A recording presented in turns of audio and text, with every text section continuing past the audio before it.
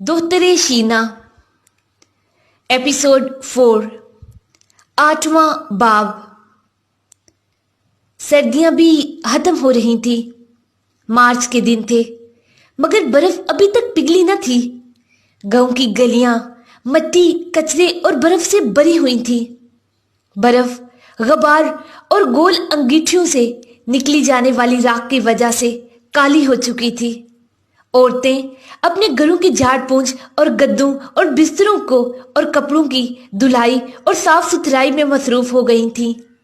दिन को हम शीशे साफ करते, दोपहर के वक्त आसमान अबर आलूद हो जाता।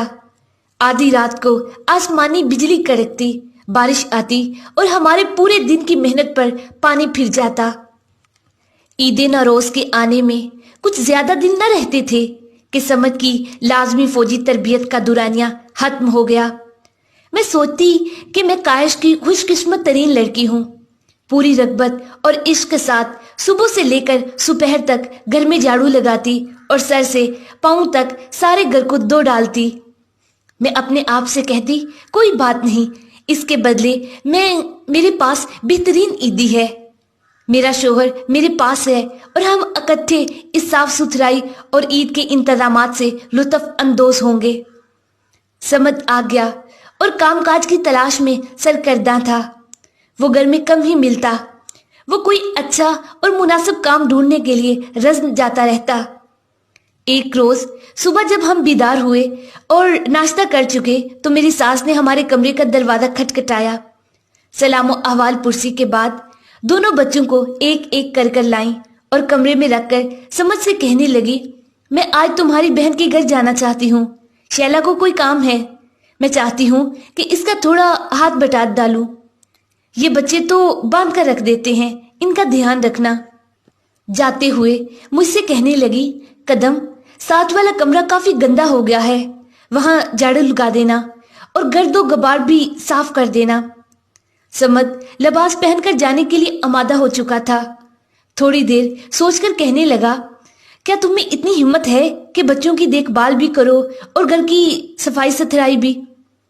मैंने अपने कंधे ऊपर की तरफ उठाए और होंठ बेअरादा लटक गए। मेरे जवाब देने से पहले ही वो खुद ही कहने लगा, तुम ऐसा नहीं कर सकती कि घर की सफाई भी करो और बच्चों की देखभाल भी। उसने अपना कोट उतार दिया और कहा, मैं बच्चों को संभालता हूँ, तुम कमरों की सफाई कर लो। जब तुम्हारा काम खत्म हो जाएगा तो मैं चला जाऊंगा। मैंने सोचा कि अभी सुबह सुबह का वक्त है और बच्चे सोए हुए हैं, बेहतर है कि मैं जाकर कमरों की सफाई कर लूं। समद बच्चों की देखभाल के लिए कमरे में ही ठहर गया। मैंने साथ वाले कमरे की खिड़कियां खोली, लहाफ कुर्सी को चारों कोनों में उठाकर कुर्सी पर समेटा और गद्दों को उठाकर तय लगाए और लहाफ पर रख दिए। जैसे ही कमरे में झाड़ू लगाने के लिए झाड़ू उठाया तो दोनों बच्चों के रोने की आवाज आने लगी। पहले तो मैंने कोई अहमियत न दी और सोचा कि समद इन्हें चुप करवा लेंगे, लेकिन थोड़ी देर के बाद समद की आवाज बुलंद हुई, कदम, कदम, इधर आओ, देखो ये बच्चे क्या चाहते हैं। मैंने झाड़ू वहीं कमरे में फेंका और अपने कमरे की तरफ दौड़ी जो सहन की दूसरी तरफ था। दोनों बच्चे बेदार हो गए थे और दूध चाहते थे। मैंने एक को समद के हवाले किया और दूसरे को खुद उठा लिया और अपनी बगल में उठाए उनके लिए दूध तैयार करने लगी। समद ने अपनी गोद में उठाए बच्चे को दूध पिलाया और मैंने अपनी गोद वाले को। बच्चे अपना अपना दूध पीकर खामोश हो गए थे। मैंने इस फुर्सत से इस्तिफादा किया और दोबारा कमरे में झाड़ू लगाने चली गई। अभी आधा कमरा ही साफ किया होगा कि बच्चों के रोने की आवाज दोबारा बुलंद हो गई। मैंने सोचा कि यकीनन उन्होंने अपने कपड़े गीले कर दिए होंगे। मुझे समझ की आवाज बुलंद होने से पहले ही बच्चों के पास पहुंचाना पड़ा। मेरा अंदाजा दुरुस्त था।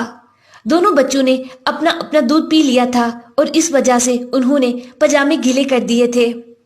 मैं बच्चों के कपड़े तब्दील करने लगी। समद मेरे सर पर खड़ा हो गया और देखने लगा। उसने कहा, मैं अभी सीख लूं ताकि अपने बच्चों के लिए उस्ताद बन जाऊं। मैंने बच्चों को धोया और खुश्क किया।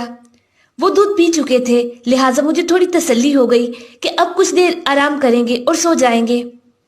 میں نے دوبارہ جھاڑو ہاتھ میں لے کر کام میں جت گئی۔ کمرے میں گرد و غبار اڑ رہا تھا۔ میں نے اسکارف سے اپنے منہ کو ڈھانپ لیا تھا۔ کمرے میں تھوڑی تھوڑی دھوپ بھی آ رہی تھی اور گرد و غبار کے ذرے سورج کی روشنی میں ہوا کے اندر کھیل رہے تھے۔ میں سوچ ہی رہی تھی کہ کمرے تو صاف ہو گئے، اب گدے اٹھا کر صحن میں پھیلا دوں تاکہ انہیں اچھی طرح سے دھوپ لگ جائے، کہ اتنے میں بچوں کے رونے کی آواز دوبارہ بلند ہوئی، اور اس کے بعد سمد کی آواز بھی بلند ہوئی، قدم قدم، آؤ دیکھو یہ بچے کیا چاہتے ہیں۔ میں نے جھاڑو زمین پر رکھا اور دوبارہ اپنے کمرے کی طرف چلی گئی۔ بچے دودھ پی چکے تھے، انہیں ہوش بھی کر دیا تھا، تو اب وہ کیوں رو رہے تھے؟ نچا ان میں سے ایک کو میں نے اٹھا لیا اور دوسرے کو سمد نے، اور ہم کمرے میں ٹہلنے لگے۔ مجھے باقی رہ جانے والے کام کی فکر کھائی جا رہی تھی۔ سمد کو بھی دیر ہو رہی تھی، لیکن وہ اس حالت میں میری دلجوئی کر رہا تھا اور کہہ رہا تھا، بچے سو جائیں تو میں خود تمہاری مدد کے لیے آتا ہوں۔ بچے ہماری آغوش میں آہستہ آہستہ سونے لگے، لیکن جیسے ہی ہم نے انہیں خاموشی سے زمین پر لٹاتے تو وہ دوبارہ جاگ جاتے اور رونے لگتے۔ ہم کمرے میں اتنا چلے اور اتنا ٹہلے کہ تھک گئے۔ بچوں کو اپنے پاؤں پر رکھ کر بیٹھ گئے اور پاؤں ہلانے لگے تاکہ وہ سو جائیں، لیکن وہ تو سونے کا نام ہی نہ لے رہے تھے۔ سمد میرے ساتھ باتیں کر رہا تھا، اپنے گزرے ہوئے زمانے کی، اس وقت کی جب اس نے پہلی دفعہ مجھے میرے بابا کے چچا کے گھر والی سیڑھیوں پر دیکھا تھا، اور کہنے لگا، تم نے اس روز میرے دل کو ہلا کر رکھ دیا تھا۔ وہ ان دنوں کی باتیں کر رہا تھا جب میں اس کی کسی بات کا بھی جواب نہ دیتی تھی۔ وہ نا امیدی کی حالت میں ہر روز کسی نہ کسی شے کو واسطہ بناتا تاکہ میرا ہاتھ مانگنے کے لیے آ سکے۔ وہ کہہ رہا تھا کہ اب جب میں تمہیں اتنی مشکلوں سے میں نے تمہیں حاصل کر لیا ہے تو تمہیں کاش کی خوش قسمت ترین لڑکی ہونا چاہیے۔ سمد کی آواز بچوں کے لیے لوری کا کام کر رہی تھی۔ جیسے ہی وہ چپ ہوتا تو بچے دوبارہ رونے لگتے۔ ہم نے سوچ جتن کر لیے، مگر بچوں نے نہ سونا تھا تو نہیں سوئے۔ ہم بے بس ہو کر بیٹھ گئے، اور کرتے بھی کیا، جیسے ہی انہیں زمین پر لٹاتے تو پھر رونا شروع کر دیتے۔ نچارا میں نے دوبارہ ان کے لیے دودھ تیار کیا، لیکن جیسے ہی انہوں نے دودھ ختم کیا تو پھر کپڑے گیلے کر دیے۔ میں نے انہیں خشک کیا تو وہ تازہ دم ہو گئے، ان کی نیند اڑ گئی اور وہ کھیلنے لگے۔ اب وہ چاہتے تھے کہ ایک بندہ انہیں اٹھا کر کمرے میں گھومتا رہے۔ ظہر ہو گئی اور میں نے ابھی تک کمرے میں جھاڑو نہ لگا سکی تھی۔ یہی وجہ تھی کہ میں نے بچوں کو جیسے تیسے سمد کے پاس چھوڑا اور خود کھانا بنانے چلی گئی، مگر اکیلے سمد سے بچے نہیں سنبھل رہے تھے۔ دوسری طرف باہر موسم بھی سرد تھا، بچوں کو کمرے سے باہر بھی نہیں نکالا جا سکتا تھا۔ لاکھ مشکل سے میں فقط دن کا کھانا بنا سکی۔ ظہر کے وقت سوائے سمد کی ماں اور بہن کے سب گھر واپس آ گئے۔ میں نے سمد کے والد اور بھائیوں کو دن کا کھانا دیا، لیکن جیسے ہی دسترخوان سمیٹنے لگی تو بچوں کے رونے کی آواز ایک بار پھر بلند ہوئی۔ اب میری مصروفیت نکل آئی تھی۔ میں یا تو ان کے لیے دودھ تیار کر رہی تھی، یا ان کے کپڑے بدل رہی تھی، اور یا انہیں سلانے کے جتن کر رہی تھی۔ پلک جھپکتے ہی دوپہر ہو گئی اور میری ساس واپس آ گئیں، لیکن میں نے ابھی تک نہ تو گھر میں جھاڑو لگا پائی تھی، نہ صحن کو دھو سکی تھی، اور نہ رات کا کھانا آمادہ کیا تھا، اور نہ ہی برتن دھونے کی فرصت ملی تھی۔ دوسری طرف سمد بھی اپنے کام پر نہ جا سکا تھا۔ میری ساس نے جب یہ حالت دیکھی تو انہیں اچھا نہ لگا اور وہ تھوڑا ناراض ہو گئیں۔ سمد نے میری طرف داری کرتے ہوئے ماں کو بتایا کہ بچوں نے صبح سے کیسی مصیبت ہمارے سر پر ڈال رکھی تھی۔ ساس نے کچھ بھی نہ کہا۔ ہم نے بچے ان کے حوالے کیے اور سکون کا سانس لیا۔ اگلے روز سمد دوبارہ کام کاج کی تلاش میں نکل گیا۔ کاش میں اسے کوئی کام نہ ملا، مجبوراً اسے رزم جانا پڑا۔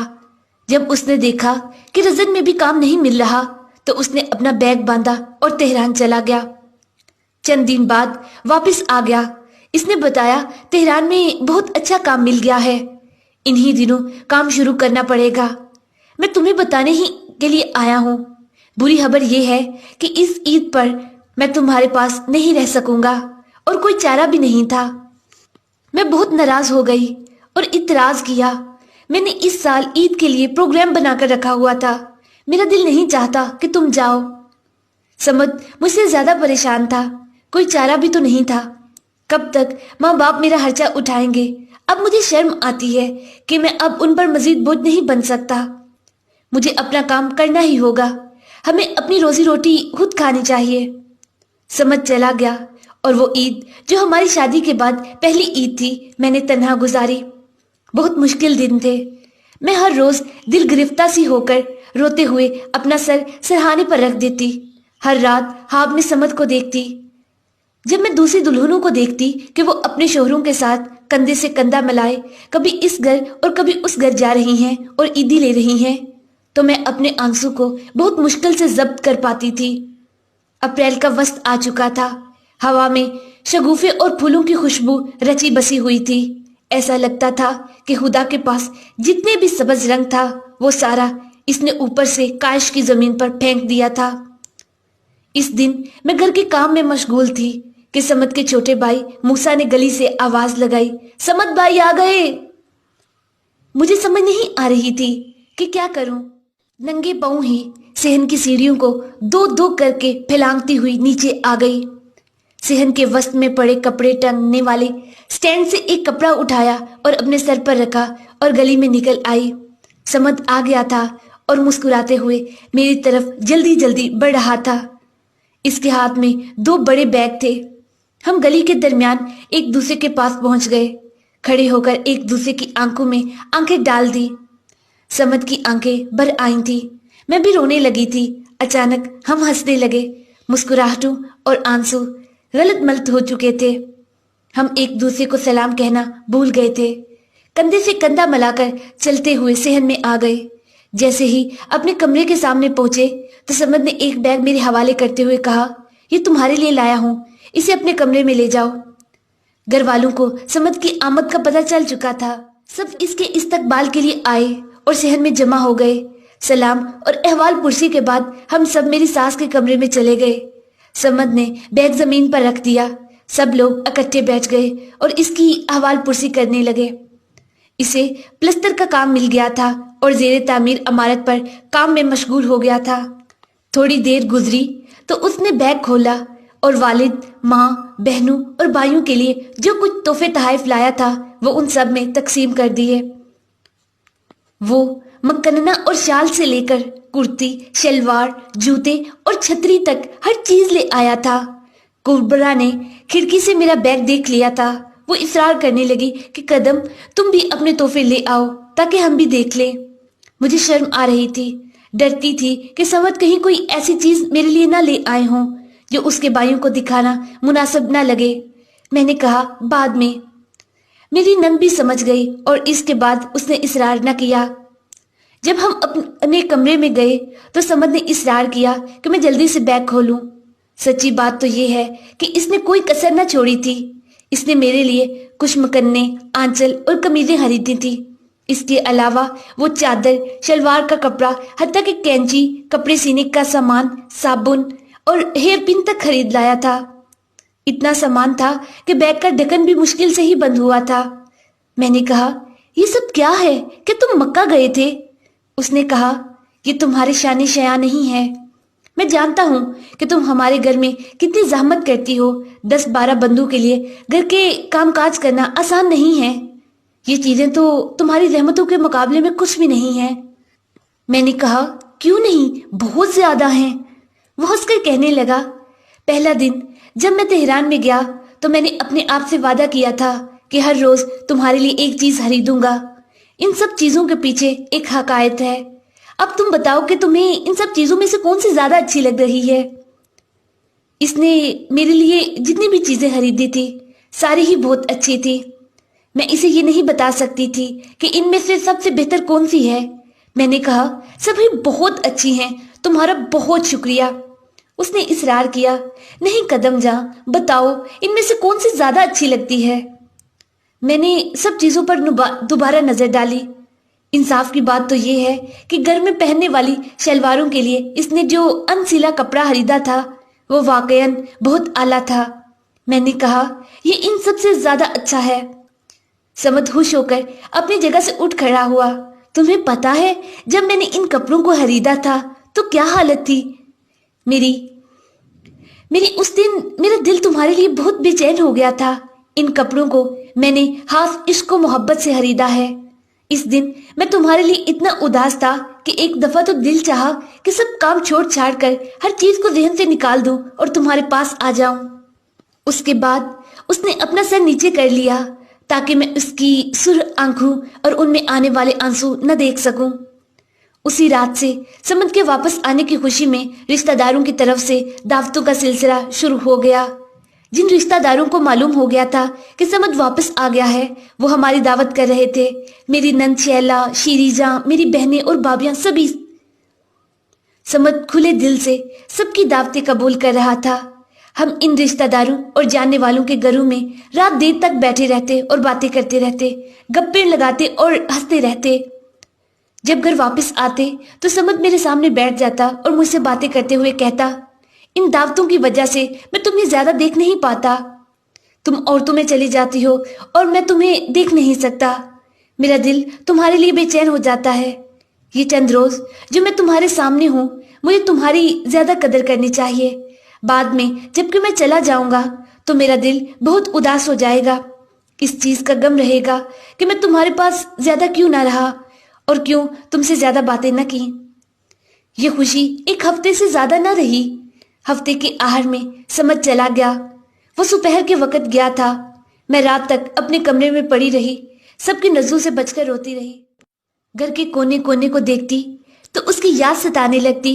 हर चीज से उसकी खुशबू आती। किसी से मिलने और कुछ काम करने का हौसला बाकी न रहा था। इस चीज का इंतजार करती रहती कि कोई मुझे बहलाने आ जाए ताकि मैं जी भरकर रो लूं। मुझे ऐसा महसूस हो रहा था कि समझ के जाते ही मैं बिल्कुल तन्हा हो चुकी हूँ। मेरा दिल बाबा की तरफ जाने को चाह रहा था। श्री जान की भी बहुत याद आ रही थी। मैंने लहाफ को सर पर ओढ़ा और उसमें से समझ की खुशबू आ रही थी। दिल अपने घर जाने के लिए तड़प रहा था। हाय हाय बाबा जान, कैसे आपके दिल ने बर्दाश्त कर लिया कि अपनी बेटी को इस तरह तन्हा छोड़ दिया। क्यों मेरी खबर नहीं लेते? हाय हाय शीरी जान, क्यों मेरे दिल का हाल नहीं पूछती? उस रात मैं बहुत ज्यादा रोई और नींद आने तक लहाफ के अंदर अपने आप से बातें करती रही। अगली सुबह मेरी हालत पिछले दिन की निस्बत से काफी बुरी थी। मैं काफी रंजदा थी और ऐसा लगता था कि सारे लोग मेरे लिए अजनबी हो गए हों। दिल चाहता था कि बाबा के घर चली जाऊं, लेकिन जुड़वा बच्चों के पास चली गई। उनके लिबास तब्दील किए और साफ सुथरे उन्हें कपड़े पहनाए। मेरी सास बाहर चली गई थी। मैंने इन बच्चों को दूध देकर सुलाया, दिन का खाना बनाने लगी। गुज़श्ता रात के बर्तन धोए और घर में झाड़ू लगाया। बच्चों को उठाकर अपने कमरे में ले आई। दिन के खाने के बाद दोबारा मेरे काम शुरू हो गए। बर्तन धोना, रात का खाना बनाना, सहन में झाड़ू लगाना और दोनों जुड़वा बच्चों की देखभाल करना। मैं इस कदर थक गई थी कि रात होते ही नींद ने दबोच लिया। मुझे ऐसा महसूस हुआ कि सुबह हो गई। हड़बड़ाकर उठी और आदत के मुताबिक पर्दे को कोने में उठाकर देखा। बाहर रोशनी हो चुकी थी। अब मुझे क्या करना चाहिए था?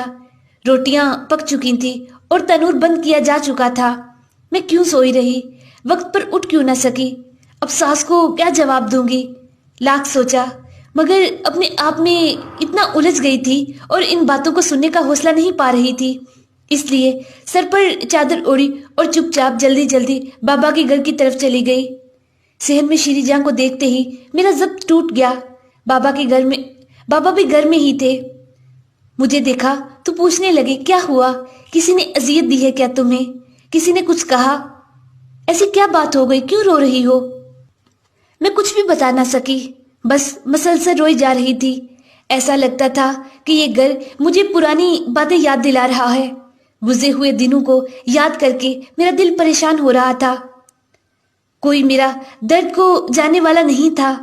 अब ऐसा भी नहीं कह सकती थी कि मेरा दिल अपने शोहर के लिए बेचैन हो रहा है। मुझ में तन्हाई की ताकत नहीं है और दिल चाहता है कि जब तक समझ न आए मैं आपके पास ही रहूंगी। बाबा के घर में आए हुए मुझे एक हफ्ता गुजर चुका था। अगरचा समझ के लिए काफी उदास हो जाती थी, मगर बाबा, माँ और भाई बहनों को देखकर कुछ ना कुछ सुकून महसूस होता रहता था। एक दिन दरवाजा खुला और समद आ गया। मैं महबूब होकर इसे देखने लगी। यकीन न आता था कि वो आ गया है। पहले तो मुझे कुछ बुरा महसूस हुआ और मैंने सोचा कि शायद वो मुझसे लड़ाई करेगा या खफा होगा कि मैं क्यों बाबा के घर आ गई हूँ।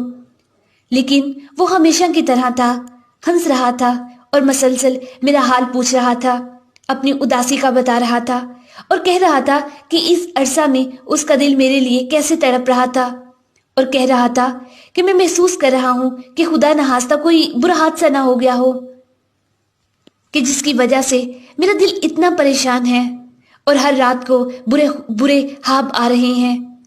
थोड़ी देर बाद बाबा और मामा भी आ गए। समद ने इनके साथ भी हंसी मजाक किया। इसके बाद मेरी तरफ मुंह करके कहा, कदम उठो चले। मैंने कहा, आज रात यहीं रह जाते हैं। उसने अपने होंठ काटते हुए कहा, नहीं चलते हैं। मैंने अपनी चादर ओढ़ी और दोनों बाबा और मामा को खुदा हाफिज कहकर घर की तरफ निकल आए। वो रास्ते में मुझसे बातें करता रहा, अपनी आबितियां सुनाता रहा और हंसता जा रहा था। गाँव छोटा होता है और खबरें जल्द फैल जाती हैं। सब जानते थे कि मैं एक हफ्ते से ससुराल वालों को खुदा हाफिज किए बगैर अपने माँ बाप के घर आ गई हूँ। यही वजह थी कि जब वो मुझे और समद को हंसी और खुशी बातें करते हुए देखते तो हैरान रह जाते। किसी को भी इस बात की तवक्का न थी कि मेरे साथ समद का ये रवैया होगा। मैं सोच रही थी कि शायद समद को इस वाक़े की खबर नहीं है। जैसे ही घर के दरवाजे पहुंचे तो वो ठहर गया और मुझे कहने लगा, कदम जा, तुमने कुछ नहीं देखा, ऐसा लगे कि कुछ हुआ ही नहीं। बिल्कुल मामूल के मुताबिक रहो और अपना रवैया भी वैसा रखो। हमेशा की तरह सलाम और अहवाल पुरसी करो। मैं सबसे बात कर चुका हूँ और इन्हें कह चुका हूँ कि तुम्हें ले आऊंगा, लेकिन कोई भी इस मामले पर कोई बात नहीं करेगा, ठीक है? मैंने सुख का सांस लिया और घर में दाखिल हुई। जैसा समद ने कहा था वैसा ही मैंने किया। सास और ससुर ने भी मुझे कुछ न जताया। थोड़ी देर बाद हम अपने कमरे में चले गए। समद कमरे के एक कोने में पड़े बैग को उठा लाया। खुशी खुशी खोल कर कहने लगा, आओ देखो मैं तुम्हारे लिए क्या लाया हूँ। मैंने कहा, तुमने दोबारा तकलीफ की? हंसकर कहने लगा, तुम दोबारा तकल्लुफ कर रही हो, बेगम क्यों शर्मिंदा करती हो? समद 2-3 दिन घर पर रहा। वो मेरी जिंदगी के बेहतरीन दिन थे। वो मुझे हिलने की इजाजत भी न देता था। कहता था, तुम फकत बैठो और मुझसे बातें करो, मेरा दिल तुम्हारे लिए बहुत उदास है। हर दिन और हर रात हम कहीं ना कहीं मेहमान होते। अक्सर फकत सोने के लिए घर आते थे। आहिस्ता आहिस्ता दोस्त, अहबाब, हमसाए और जानने वाले लोग बातें करने लगे। खुशनसीब कदम, समझ तुम्हें कितना चाहता है। ये बातें सुनकर मेरा दिल खुशी से बढ़ जाता। लेकिन ये 2-3 दिन भी बिजली किसी तेजी से गुजर गए। जिस रोज उसने जाना था, दोपहर के वक्त मुझे एक कोने में ले गया और कहा, कदम जा, मैं जा रहा हूँ, लेकिन चाहता हूँ कि मेरा दिल तुम्हारी तरफ से मुतमईन रहे। अगर यहाँ तुम्हें कोई परेशानी नहीं तो यहीं रहो, लेकिन अगर समझती हो कि यहाँ तुम्हारा रहना मुश्किल है तो अपने बाबा के घर चले जाओ। मेरे हालात अभी वाजिया नहीं है, शायद 1-2 साल तेहरान रहूं, वहां भी कोई मुनासिब जगह नहीं है। तुम्हें अपने साथ ले जाऊं, लेकिन यकीन करो मैं अपनी पूरी कोशिश कर रहा हूँ। जितना जल्दी हो सके पैसा जमा करके एक घर बनाऊं। मुझे कोई इतराज नहीं है। अगर तुम अपने बाबा के घर जाना चाहती हो तो चले जाओ। मैंने अपने बाबा और माँ से बात कर ली है, इन्हें भी कोई इतराज नहीं है। सब कुछ तुम्हारी मर्जी पर है। मैंने थोड़ा सोचा और फिर कहा, मैं चाहती हूँ कि बाबा के घर चली जाऊं। यहाँ मुझे काफी गचन महसूस होता है, बहुत मुश्किल में रहती हूँ। बगैर इसके कि उसने माथे पर कोई बल लाया, उसने कहा, बस जब तक मैं हूँ तुम अपना सामान और कपड़े वगैरह जमा करो, मेरे साथ ही चले जाओ तो बेहतर है। मैंने अपना बैग उठाया और बगैर किसी नाराजगी के सबको खुदा हाफिज कहा और दोनों बाबा के घर की तरफ चल पड़े। समद ने मुझे उनके हवाले किया और खुदा हाफिज कहा और चला गया। उसके जाने से मेरा वजूद में कुछ टूट सा गया। मैं मजीद उसकी दूरी को बर्दाश्त नहीं कर सकती थी। उसने मेरे साथ मेहरबानी और नरमी की इंतहा कर दी थी। میں اس کی خوبیوں کو یاد کرتی تو میرا دل اور زیادہ پریشان ہو جاتا۔ پورے گاؤں میں آج تک کوئی مرد ایسا نہ تھا جس نے اپنی عورت کے ساتھ اس طرح کا رویہ رکھا ہو۔ میں جہاں بھی بیٹھتی اس کی اچھائیوں اور خوبیوں کا ہی تذکرہ سنتی۔ روز بروز اس کے ساتھ میرا عشق بڑھتا ہی جا رہا تھا۔ ایسا لگتا تھا کہ اس کی بھی یہی حالت تھی، کیونکہ ہفتے کے آخر پر وہ دوبارہ آ گیا۔ وہ کہہ رہا تھا، قدم تم نے میرے ساتھ کیا کر دیا ہے؟ جمعرات کی صبح ہوتی ہے تو میرا دل سینے میں نہیں ٹھہرتا۔ ایسا محسوس ہونے لگتا ہے کہ اگر تمہیں نہیں دیکھوں گا تو مر جاؤں گا۔ وہ اسی روز میرے بھائی کے ساتھ اپنی ماں کے گھر گیا اور میرا سارا ساز و سامان اٹھا لایا اور بابا کے گھر کے ایک کمرے میں رکھ دیا۔ وہ پہلی رات تھی کہ سمد میرے بابا کے گھر سویا تھا۔ ہمارے گاؤں میں یہ رسم نہ تھی کہ داماد اپنے سسر کے گھر سوئے۔ صبح جب ہم بیدار ہوئے تو سمد شرم کے مارے کمرے سے نہ نکلا۔ میں ناشتہ اور دن کا کھانا کمرے میں ہی لے گئی تھی۔ رات ہوئی تو اس نے کپڑے بدلے اور کہنے لگا، میں جا رہا ہوں، تم بھی اپنا سامان جمع کرو اور میرے چچا کے گھر چلے جاتے ہیں۔ میں یہ نہیں رہ سکتا، مجھے تمہارے بابا کی سے شرم آتی ہے۔ اسی روز مجھے معلوم ہوا کہ میں حمل سے ہوں۔ سمد کو میں نے کچھ نہ بتایا۔ اگلے دن سمد کے چچا کے گھر چلی گئی۔ وہ بیچارے اکیلے ہی رہتے تھے، ان کی بیوی کا چند سال پہلے ہی انتقال ہو چکا تھا۔ میں نے کہا، چچا جان، میرے اور سمد کے لیے اپنا پدرانہ فریضہ نبھائیے، ہم کچھ دن تک آپ کے مزاحم ہونا چاہتے ہیں۔ اس کے بعد میں نے سارا ماجرا انہیں سنا دیا۔ چچا بہت خوش ہو گئے تھے، انہوں نے کھلے دل سے ہمیں قبول کیا۔ میں نے ماں اور بابا کو بھی ساری صورتحال سے آگاہ کر دیا تھا۔ انہی کی مدد سے اپنا سارا ساز و سامان جمع کیا اور یہاں لے آئی۔ چچا نے اسی رات گھر ہمارے حوالے کر دیا، چابی ہمارے سپرد کی اور خود میری ساس کے گھر چلے گئے، اور جب تک ہم ان کے گھر سے نہ گئے وہ وہیں رہے۔ کچھ دن بعد میں نے اپنی حاملہ ہونے کی خبر اپنی بابی کو دی۔ خدیجہ نے ماں کو بتایا اور اس کے بعد انہوں نے ایک لحظے کے لیے بھی مجھے تنہا نہ چھوڑا۔ سمد کو آنے میں 1 مہینہ لگ گیا۔ جب میں نے اسے بتایا کہ میں امید سے ہو گئی ہوں تو وہ خوشی سے پھولے نہ سمایا۔ جتنے دن وہ گھر رہا مجھے اس نے ہلنے بھی نہ دیا۔ انہی دنوں اس نے میری بہن سے 450 تومان میں زمین کا ایک ٹکڑا خرید لیا۔ ہم دونوں بہت خوش تھے۔ سمد کہتا تھا کہ کچھ دنوں بعد تہران کی عمارت والا کام ختم ہو جائے گا اور اس کے بعد میں کوئی اور کام نہیں لوں گا، یہیں آ جاؤں گا اور پھر ہم مل کر اپنا گھر بنائیں گے۔ گرمیاں شروع ہو گئی تھی، سمد آ گیا۔ ہم دونوں نے کمر کسی اور گھر کی تعمیر شروع کر دی۔ وہ مستری بن گیا اور میں اس کی مزدور۔ تھوڑے دنوں کے بعد اس کا بھائی تیمور بھی ہماری مدد کو آ گیا۔ گرمی سخت تھی، اتفاق سے رمضان المبارک کا مہینہ بھی تھا۔ اس حال میں گھر بنانے میں سمد کی مدد بھی کر رہی تھی اور روزے بھی رکھ رہی تھی۔ ایک روز میں خدیجہ کے ساتھ حمام گئی ہوئی تھی۔ حمام سے لوٹتے ہوئے میری حالت بہت بری ہو گئی۔ میں شدید گرمی لگ گئی تھی مجھے اور میں پیاس سے ہلکان ہوئے جا رہی تھی۔ خدیجہ میرے سر اور چہرے پر ٹھنڈا پانی ڈال رہی تھی۔ مجھے کوئی افاقہ نہیں ہو رہا تھا۔ میں بے حال ہو کر ایک کونے میں پڑی رہی۔ خدیجہ میرے پیچھے لگی ہوئی تھی کہ روزہ توڑ دو۔ میری حالت بہت بری تھی لیکن میں ٹال رہی تھی۔ اس نے کہا، میں ابھی جا کر سمد کو بتاتی ہوں کہ تمہیں ہسپتال لے جائے۔ سمد گھر کا کام کر رہا تھا۔ میں نے کہا، وہ بیچارہ بھی روزے سے ہے، رہنے دو، میں ابھی ٹھیک ہو جاؤں گی۔ تھوڑی دیر گزری تو میری حالت بجائے ٹھیک ہونے کے اور زیادہ بگڑ گئی۔ خدیجہ نے اصرار کیا روزہ توڑ دوں تاکہ اپنے اور بچے کے گلے کو کوئی مصیبت نہ ڈالوں۔ میں نہ مانی۔ میں نے کہا، سوؤں گی تو کچھ بہتر ہو جاؤں گی۔ خدیجہ جو پریشان اور ناراض ہو گئی تھی کہنے لگی، تمہاری اپنی مرضی، مجھے کیا؟ کل کو اگر کوئی ناقص بچہ پیدا کر بیٹھی تو پھر کہتی پھرو گی، کاش خدیجہ بابی کی بات مان لی ہوتی۔ اس نے یہ کہا تو میں شدید گھبرا گئی، لیکن میں نے پھر بھی قبول نہ کیا۔ دل میں کہا کہ اگر میں نے روزہ توڑ دیا تو میرا بچہ بے دین اور بے ایمان پیدا ہوگا۔ جب میری حالت بہت بری ہو گئی، میرے ہاتھ پاؤں کانپنے لگے، تو خدیجہ نے چادر سر پر اوڑھ لی تاکہ سمد کو جا کے بتائے۔ میں نے کہا، سمد کو نہ بتاؤ، اسے پریشان نہ کرو۔ ٹھیک ہے، میں روزہ توڑتی ہوں، مگر ایک شرط ہے۔ خدیجہ جسے تسلی ہو گئی تھی پوچھنے لگی، کیا شرط ہے؟ میں نے کہا، تم بھی میرے ساتھ اپنا روزہ توڑو گی۔ हदीजा से हैरत का मारे मुंह खुले का खुला रह गया और आंखें हल्कों से बाहर निकल आईं। तुम्हारी तबीयत खराब हुई है, मैं क्यों अपना रोजा तोड़ूं? मैंने कहा, मुझे इससे कोई गर्ज नहीं है, या तो हम इकट्ठे रोजा तोड़ेंगे या मैं भी नहीं खाऊंगी। हदीजा कुछ मुस्तरब हो गई। मैं बेहोश हुए जा रही थी। गल मेरे सर के गिर्द घूम रहा था।